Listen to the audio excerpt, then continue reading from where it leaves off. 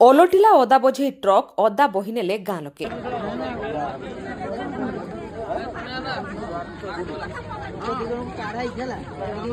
ଆସାମରୁ ଅଦା ନେଇ ବିଶାଖାପାଟଣା ଯାଉଥିବା ଅଦା ବୋଝେଇ ଟ୍ରକ୍ ଆଜି ଭୋର 4 ଘଟିକା ସମୟରେ ବସ୍ତା ଥାନା 16 ନମ୍ବର ଜାତୀୟ ରାଜପଥ ମଥାନୀ ନିକଟରେ ଆଗରେ ଯାଉଥିବା ଏକ ଟ୍ରକ୍ ବ୍ରେକ୍ ମାରିବାରୁ ପଛରେ ଥିବା ଟ୍ରକ୍ଟି ଭାରସାମ୍ୟ ହରାଇ ପୋଲ ତଳକୁ ଖସି ପଡ଼ିଥିଲା।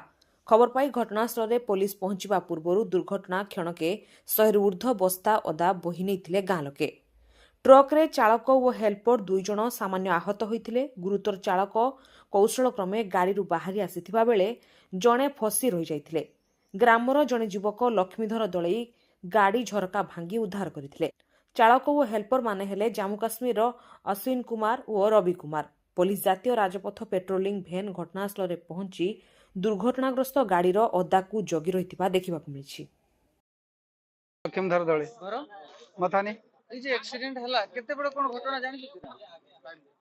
টাইমটা বুধে 4টা ভিতরে হব। 4টা ভিতরে কেমতি হলা গাড়ি? কিন্তু আবাজ তো শব্দ হলা।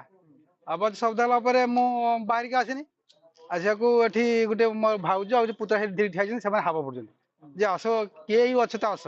ତାପରେ ମୁଁ ଆସିଲି ଆଜି ଦେଖିବାକୁ ଗାଡ଼ିଟା ନୋଟ୍ ପଡିଛି। ଆଉ ତାପରେ ଗୋଟେ ଡ୍ରାଇଭର ତାପରେ ଗାଡ଼ି ଉପରେ ଛିଡା ହେଇଛି।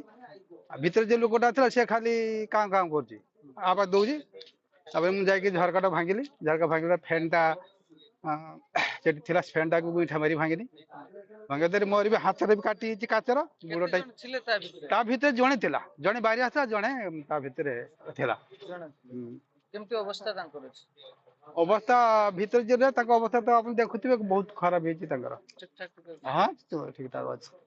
ତାପରେ ତ ଟାଣିକି ବାହାର କରାଗଲା, ବାହାରିଲେ। আচ্ছা এই যে গাঁ পাখরে যে হেলা ঘটনাটা, ଆଜ୍ଞା ଏ ଯେମିତି ଘଟଣା ହେଲା ଗାଁ ଲୋକ ଗୁଡାଏ ଅଦା ସବୁ ବୋହି ନେଇଛନ୍ତି। ନା ନା ଅଦା କେହି ବୋହି ନାହାନ୍ତି। ଏଇ ଛିଡା ଯେ କୁଡ଼ି କୁଡ଼ା ନେଇଥିବେ, କିନ୍ତୁ ଅଦା ତ ନଦୀରେ ସବୁ ଭାସୁଛି ସବୁ ଅଦା। ଏଇ ଯେ ପଡିଛି ଏଗୁଡା ସେଗୁଡା ସବୁ କିଏ ସକାଳ 4:30 ନା 4ଟା ଭିତରେ କି ଏମିତି 4ଟା ପାରିତେ ଏମିତିଆ ସମୟ ସହିତ କିଏ ଦେଖେନି ଆଉ। ତାପରେ ପର୍ଯ୍ୟନ୍ତ ଆସି ଲୋକ ଅଳ୍ପ ଲୋକ ଧରିକି ତାପରେ ସେ ଗାଡି ପୁଲିସ ବାଲା ଆସିଲେ, ଥାନା ବାଲା ଆସିଲେ। ତାପରେ ଏମିତି ଏତିକି।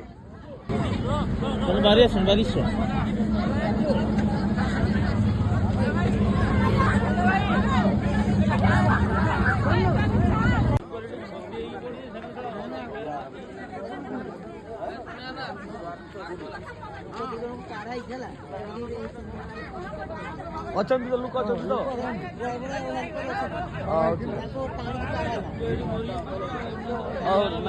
ଲୋକ ଅଛନ୍ତି ଭିତରେ।